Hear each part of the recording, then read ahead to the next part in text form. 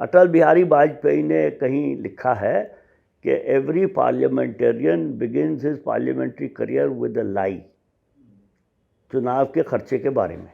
गरीब तो छोड़िए, नॉर्मल इंसान का भी चांस नहीं है। जब तक आप धनाढ्य नहीं हैं तब तक आप इलेक्शन में खड़े नहीं हो सकते। तो हमने ये पाया है कि देश में करीब 48 से 50% तक क्षेत्र ऐसे होते हैं जिनमें 3 या 3 से ज़्यादा उम्मीदवारों के खिलाफ आपराधिक मुकदमे। तो जनता क्या करेगी फिर? तो जनता को तो चॉइस भाई साहब नहीं है।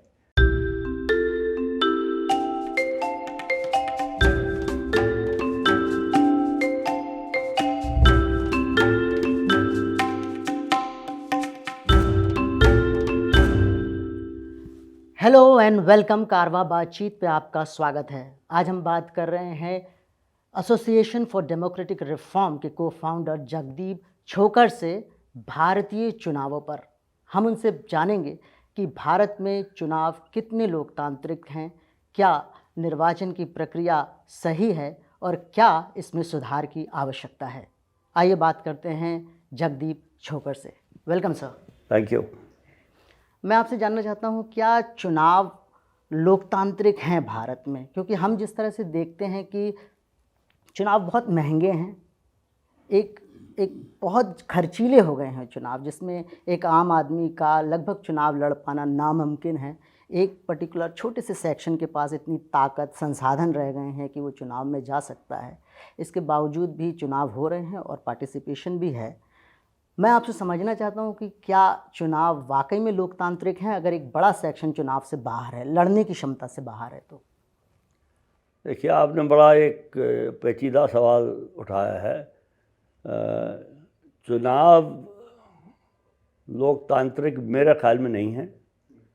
मेरे ख्याल में हमारा जो समाज और हमारा जो देश है उसको हम लोकतांत्रिक तो बड़े फ़ख्र से कहते हैं कि India is a vibrant democracy.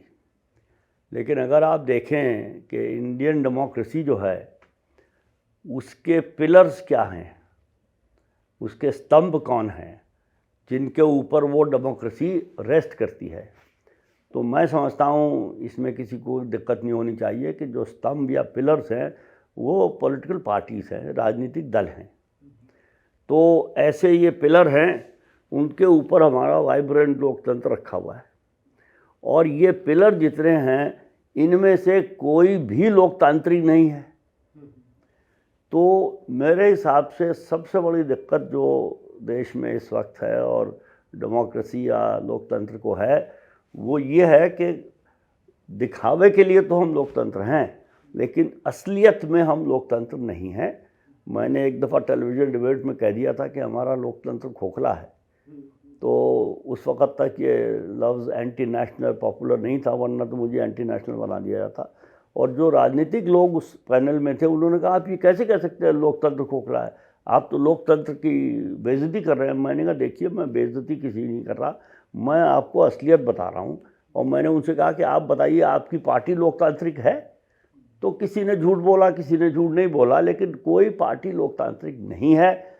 इस वजह से ना देश लोकतांत्रिक है मेरे हिसाब से, और चुनाव लोकतांत्रिक इसलिए नहीं है कि चुनाव में जो पुराने ज़माने में हुआ करते थे निर्दलीय उम्मीदवार, उनका तो अब कोई नामो निशान रह नहीं गया है।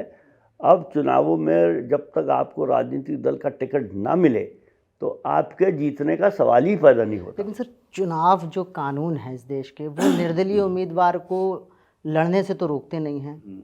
तो ऐसा क्यों है कि उनकी संख्या लगातार घटती जा रही है? जैसे मेरे पास कुछ आंकड़े हैं जिसमें मैंने देखा है कि जैसे लगता है कि 1952 में हुए पहले लोकसभा चुनाव में 36 निर्दलीय उम्मीदवार थे, चुनाव में जीते थे। 57 में 42 जीते थे। इसी प्रकार 1962 में 20, 67 में 35, 71 में 14, 89 में 12। अब आप बताइए इस लोकसभा में कितने हैं? इस लोकसभा में सर तीन हैं। हाँ, 3 निर्दलीय उम्मीदवार जीते थे, जबकि 2019 में 2003 में 14 में 3 जीते थे और 4 में 19 में 4 जीते थे, लेकिन ध्यान देने वाली बात यह है कि सर ये उम्मीदवार बीजेपी अथवा कांग्रेस से के समर्थन से जीते थे, मतलब कुल मिला के हैं नहीं निर्दलीय। जो आपने ये आंकड़े दिए ये बड़ा अच्छा किया आपने दिए। मेरा ये मानना है कि ऐतिहासिक रूप से अगर आप देखें तो निर्दलीय उम्मीदवारों के खड़े होने का नंबर तो बढ़ रहा है, लेकिन जीतने वालों का नंबर कम हो रहा है। क्यों सर? इसलिए वही जो मैं कह रहा था कि राजनीतिक दल का टिकट जब मिलता है तो उसके साथ बहुत सी चीज़ें होती हैं। एक तो वो दल टिकट देते हैं, एक उन्होंने कोई क्वालिटी ढूंढ रखी है जिसको कहा जाता है विनेबिलिटी या जिताऊ उम्मीदवार। और विनेबिलिटी या जिताऊ उम्मीदवार की परिभाषा या डेफिनेशन आज तक किसी ने बताई नहीं है। कहीं तो ये परिभाषा है कि उस उम्मीदवार ने पार्टी को भी इतने 100 करोड़ रुपए दिए और वो कहने लगा चुनाव में मैं इतने खर्च करूँगा और 2 उम्मीदवारों को और पैसे दूंगा तो टिकट मिल गया। कोई ऐसा होता है कि उन लोगों को मार पीट के सबसे टिकट वोट ले लेता है और बाकी उम्मीदवारों को बिठा देता है, वो जिताऊ हो जाता है। तो जिताऊ होने के बहुत तरीके हैं। समाज सेवा से इसका दूर दूर से रिश्ता नहीं है। इसी वजह से चुनावों में पैसा खर्च होता है कि कभी कभी ये होता है कि राजनीतिक दल एक उम्मीदवार को कहीं से उठाते हैं और कहीं उसको फेंक देते हैं नीचे। उसका उस कॉन्स्टिट्यूएंसी से कोई ताल्लुक भी नहीं होता, वो उस कॉन्स्टिट्यूएंसी कभी ज़िंदगी में नहीं आया, लेकिन वो खड़ा हो गया वहाँ से, तो फिर पैसे खर्च करने पड़ते हैं। तो राजनीतिक दलों का एक स्ट्रैंगल होल्ड है देश की राजनीति पे और उसी के थ्रू देश के चुनावी प्रक्रिया पे। इस वजह से निर्दलीय उम्मीदवार का कोई चांस नहीं है। गरीब तो छोड़िए, नॉर्मल इंसान का भी चांस नहीं है। जब तक आप धनाढ्य नहीं हैं तब तक आप इलेक्शन में खड़े नहीं हो सकते। यहाँ एक और आंकड़ा आपको जोड़ना चाहूँगा कि मतलब यहाँ मुझे जो चुनाव का खर्च तो इतना बढ़ गया है कि मतलब आप पिछले चुनाव में लगभग 55,000 करोड़ रुपए खर्च हुआ है सर। हाँ, ये CMS का बिल्कुल सर एस्टिमेट है। मतलब एक कॉन्स्टिट्यूएंसी में 100 करोड़ रुपए एवरेज खर्च हुआ है। 543 सीट्स हैं संसद में और 775 करोड़पति सांसद हैं सर। तो ऐसे में जो गरीब लोगों की बात होती है, पेट्रोल का दाम होता है, अनाज का महंगाई है, इसकी बात कौन करेगा सर? आप करेंगे और मैं करूँगा, जिनकी कोई सुनेगा नहीं, इसलिए दाम बढ़ते रहेंगे। जो आपने ये आंकड़े दिए इसके बारे में मैं भी आपको कुछ आंकड़े जवाब में दे देता हूँ। 2009 के लोकसभा चुनाव में हर उम्मीदवार को चुनाव के बाद एक एफिडेविट या शपथ पत्र देना पड़ता है कि उसने चुनाव में कितना पैसा खर्च किया। तो उस ज़माने में शायद लिमिट 25 लाख थी। तो हमने 6,753 उम्मीदवारों के चुनाव के खर्चे के शपथ पत्रों को एनालाइज किया। 7,653 लोगों का डेटा इनपुट किया, उसकी एवरेजेज निकाली वगैरह वगैरह। तो पता ये लगा कि 6,753 में से 4 उम्मीदवार ऐसे थे जिन्होंने कहा कि हमने तो सीमा जो थी उससे ज़्यादा खर्च किया, सिर्फ 4। अच्छा, 30 ऐसे थे जिन्होंने कहा कि हमने जो सीमा थी उसका 90 से 95% खर्च किया। तो 6,753 में से 34 आप घटाएंगे तो 6,719 बचेंगे, जो कि 99% 99.99999% है। उन लोगों ने ये कहा कि उन्होंने सीमा का 45 से 55% खर्च किया। कम मतलब अरे आधा। आधा। तो जब हमने ये बात एक मुख्य चुनाव अधिकारी जो रिटायर हो चुके थे उनको बताई, उन्होंने कहा कि ये तो फिर अगर ऐसी बात है, ये लोग शपथ पत्र पे शपथ लेके ये कह रहे हैं कि इन्होंने आधा खर्च किया, तो लिमिट को तो कम करना चाहिए, लिमिट को बढ़ाने की क्या ज़रूरत है। और हर चुनाव में ये डिमांड उठती है कि साहब लिमिट बढ़ाइए, लिमिट कम है। तो मेरा कहने का मतलब ये है कि चुनाव के खर्चे की जो लिमिट है उसका कोई मतलब नहीं है। और खर्चे की लिमिट में, खर्चे के बारे में जो एफिडेविट दिए जाते हैं वो सब झूठे होते हैं, ये सबको पता है। अटल बिहारी वाजपेयी ने कहीं लिखा है कि every parliamentarian begins his parliamentary career with a lie, चुनाव के खर्चे के बारे में। तो ये चुनाव के खर्चे पे लिमिट और चुनाव के खर्चे के एफिडेविट, ये तो एक ढकोसला है जो हमारे और आप जैसे लोगों को बुद्धू बनाने के लिए किया जा रहा है। मैंने तो कई बार ये कहा है कि ये बंद कर दो, तो उन कागज़ों पे जो स्टैम्प पेपर खरीदे जाते हैं और जो नोटरी वगैरह को पैसे मिलते हैं वो पैसे तो बचे, फ़ायदा इसका कुछ नहीं है। सर, अब खर्च की जब हम बात कर रहे हैं, लिमिट की बात कर रहे हैं, तो as a citizen, common citizen, आम आदमी की तरह मैं सोचूं कि अगर ये खर्चा विधायक का चुनाव लड़ने के लिए 28 से 30 लाख के बीच में है, सांसद का चुनाव लड़ने के लिए 70 लाख है, तो ये मेरे बस से तो बाहर हो जाता है। और आपने जैसे बताया भी कि इससे अटल बिहारी वाजपेयी को कोट भी किया आपने कि ये लाई होता है, इससे कई गुना ज़्यादा खर्च करते हैं लोग। लेकिन अगर निर्वाचन आयोग इसको कम कर दे, बढ़ाने की जगह, बढ़ाने की मांग तो होती है, लेकिन बढ़ाने की जगह ये 1 लाख कर दे, 2 लाख की, इससे लिमिट नहीं कर सकते, तो क्या आपको नहीं लगता कि इससे चुनाव लड़ना ज़्यादा से ज़्यादा लोगों के रीच में आ पाएगा?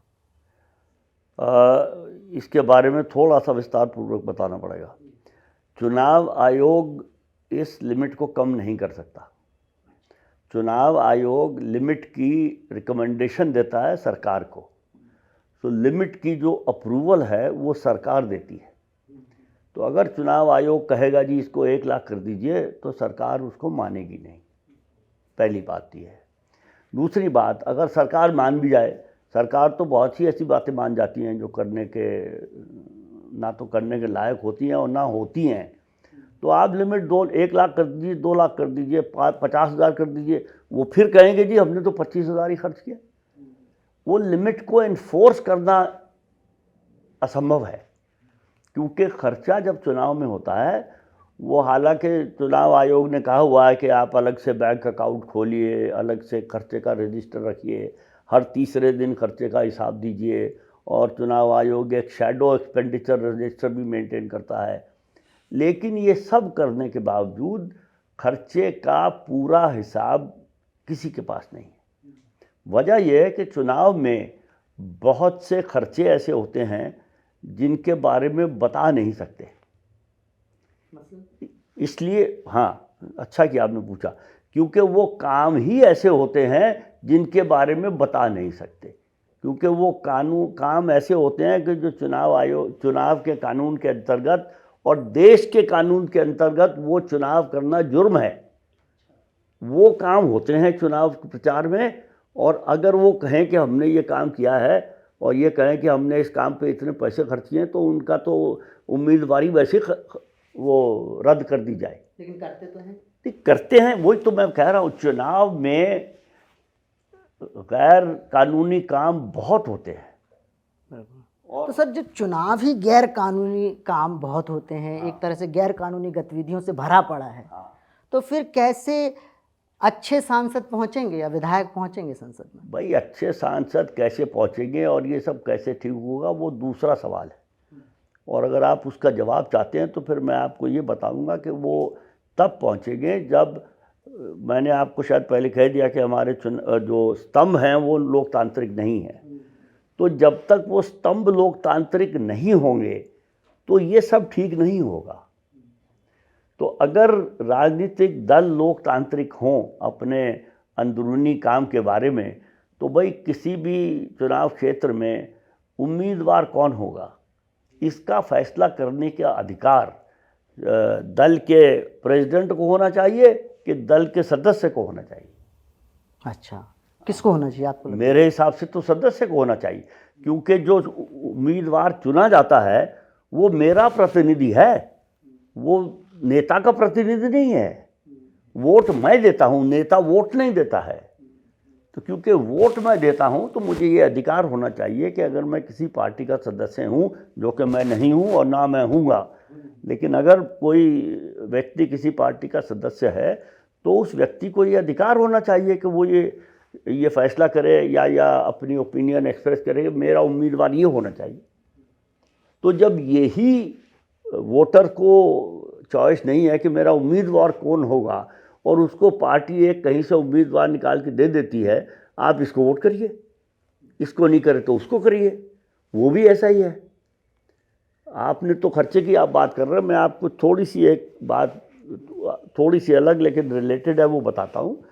हमने बहुत दिनों से हम ये भी काम कर रहे हैं कि सांसदों के और विधायकों के खिलाफ आपराधिक मामले बहुत हैं, तो उसमें हम कहते हैं कि भाई वो राजनीतिक दल कहते हैं जी हम क्या करें, जनता इनको वोट देती है।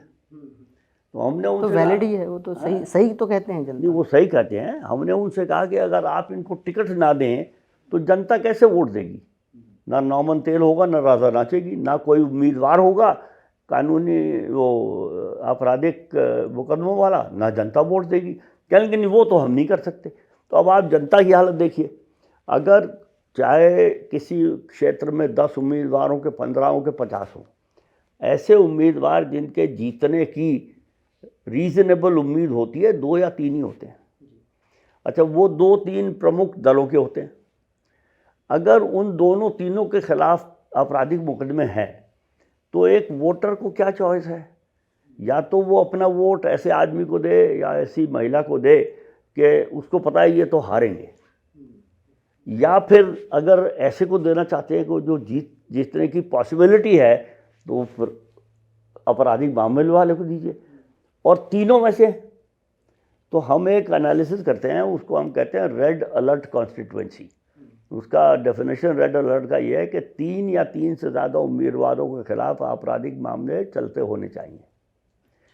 तो हमने ये पाया है कि देश में करीब 48 से 50% तक क्षेत्र ऐसे होते हैं जिनमें 3 या 3 से ज़्यादा उम्मीदवारों के खिलाफ आपराधिक मुकदमे।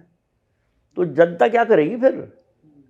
तो जनता को तो चॉइस भाई साहब नहीं है, और जनता को चॉइस इसलिए नहीं है कि जनता वोट देने से पहले राजनीतिक दल एक चॉइस करते हैं।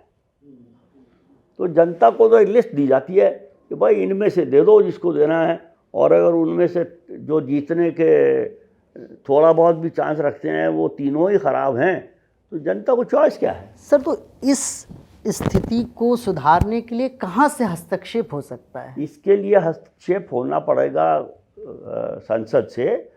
कानून बनना चाहिए कि कोई व्यक्ति जिसके खिलाफ आपराधिक मामला चल रहा है, जिसमें वो क्रिमिनल मामला चल रहा है, उसमें 2 साल से ज़्यादा सज़ा होने का प्रावधान है, और वो मुकदमा इलेक्शन की तारीख से 1 साल पहले दर्ज हुआ था, और जिसमें चार्जेस फ्रेम हो चुके हैं, उसको चुनाव लड़ने की इजाज़त नहीं होनी चाहिए। चार्जेस फ्रेम होना, अच्छा, इसके लिए आर्गूमेंट सब ये दी जाती है राजनीतिज्ञों की तरफ से कि साहब वो तो a man is innocent till he prove guilty. बिल्कुल, लेकिन नहीं, लेकिन इस तरह के लोग 30-30 साल तक मुकदमे को चालू रखते हैं और मुकदमे का फैसला ही नहीं होता है।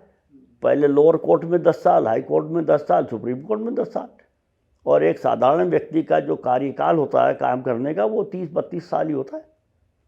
तो इसकी वजह, और ये हमने सुप्रीम कोर्ट में कई दफ़ा कहा है, सुप्रीम कोर्ट कम से कम 6 दफ़ा सरकार को और संसद को ये गुहार लगा चुकी है कि आप ये कानून बनाइए, लेकिन कोई बनाता नहीं है। लेकिन सर, जो सांसद विधायक नेता होते हैं वो तो ये कहते हैं ना कि विपक्ष मतलब राजनीतिक जो अगर आप राजनीतिक कारणों से भी मुकदमे डाल दिए जाते हैं। इसीलिए जो मैंने कहा था कि चार्जेस फ्रेम हो चुके हैं, वो हमारा जो क्रिमिनल जूरिस्प्रूडेंस है उसकी चौथी स्टेज है। पहली स्टेज ये है कि एक व्यक्ति दूसरे के खिलाफ जाके कंप्लेंट करता है पुलिस स्टेशन में, पहली स्टेज। फिर पुलिस स्टेशन वाले उसको करते हैं इन्वेस्टिगेट सरसरी तौर पे, और देखते हैं कि हाँ ये तो ठीक लग रहा है, इसमें कुछ दम है, तो FIR रजिस्टर हो जाती है। FIR रजिस्टर होने के बाद फिर वो तहकीकात करते हैं डिटेल में कि वाकई में ये सच है कि नहीं, कोई सबूत है कि नहीं।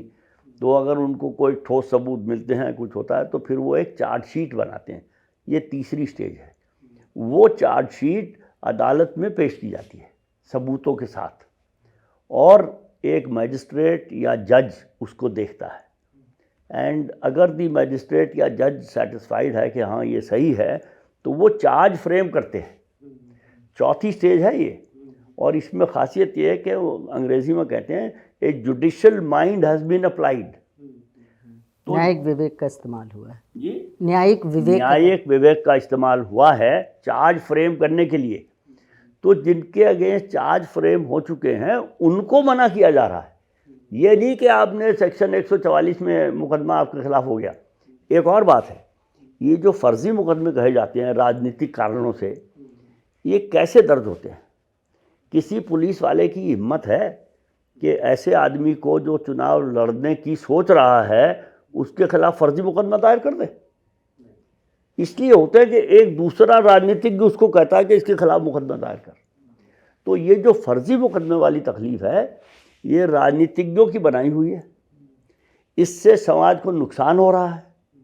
और जब समाज, अगर मैं कहूँ कि हम लोग या समाज के लोग ही कह रहे हैं कि जिनके खिलाफ चार्ज फ्रेम हो गए हैं उनको चुनाव लड़ने की इजाज़त ना दी जाए, तो राजनीतिक कहते हैं ये नहीं, ये तो इनोसेंट टिल प्रूव गिल्टी है।